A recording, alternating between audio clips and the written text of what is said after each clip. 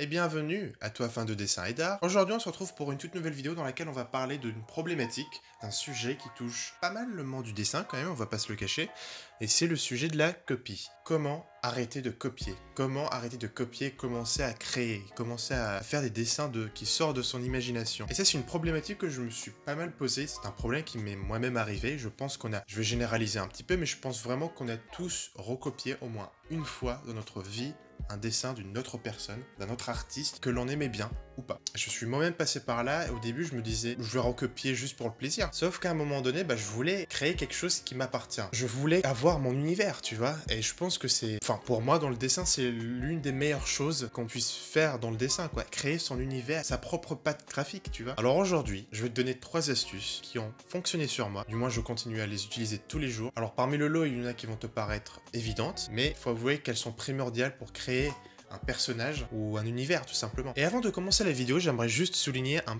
petit point pour qu'on soit tous bien d'accord. Quand on veut créer un dessin original, un personnage original ou un paysage, il faut arrêter de se trouver des excuses et dire que l'on n'a pas assez d'imagination ou alors que l'on n'a pas de skill ou alors qu'on ne dessine pas assez bien. Créer est à la disposition de vraiment tout le monde et on ne fera que progresser après chaque dessin. Alors arrêtez de vous trouver des excuses et prenez une feuille, un crayon et créez. Donc commençons la vidéo.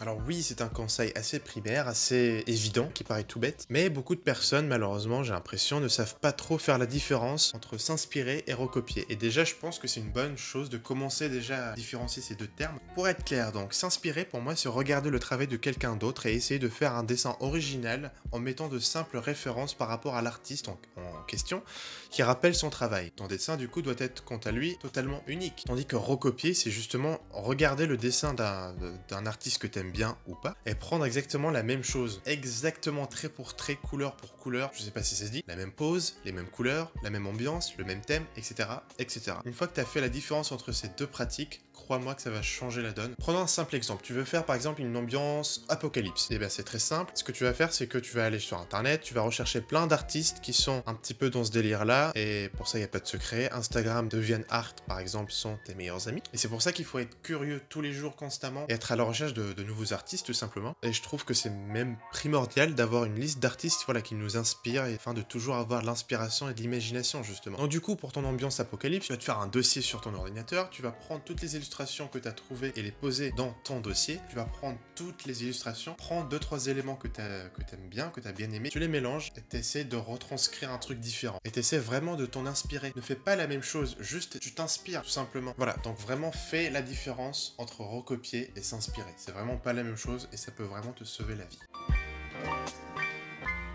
En effet, l'un des meilleurs moyens du coup selon moi pour créer quelque chose d'original, c'est bien évidemment les références. Alors là je vais principalement parler pour les personnages. Quand je parle de références, c'est pas, tu vas pas bien évidemment prendre un dessin que t'aimes bien avec une pose que tu trouves classe et que tu vas la reprendre sur ton propre dessin. Non, tu vas vraiment chercher loin quoi, tu pousses tes recherches très loin. De toute façon c'est pas compliqué, quand on veut créer un truc original, il faut faire de la recherche. C'est un travail long mais qui s'avérera vraiment très bénéfique. Donc les références c'est pas très compliqué. Le mieux pour moi c'est les photographies. Essaye de prendre des références photographiques de la vraie vie quoi. N'essaie pas de prendre des références dessins.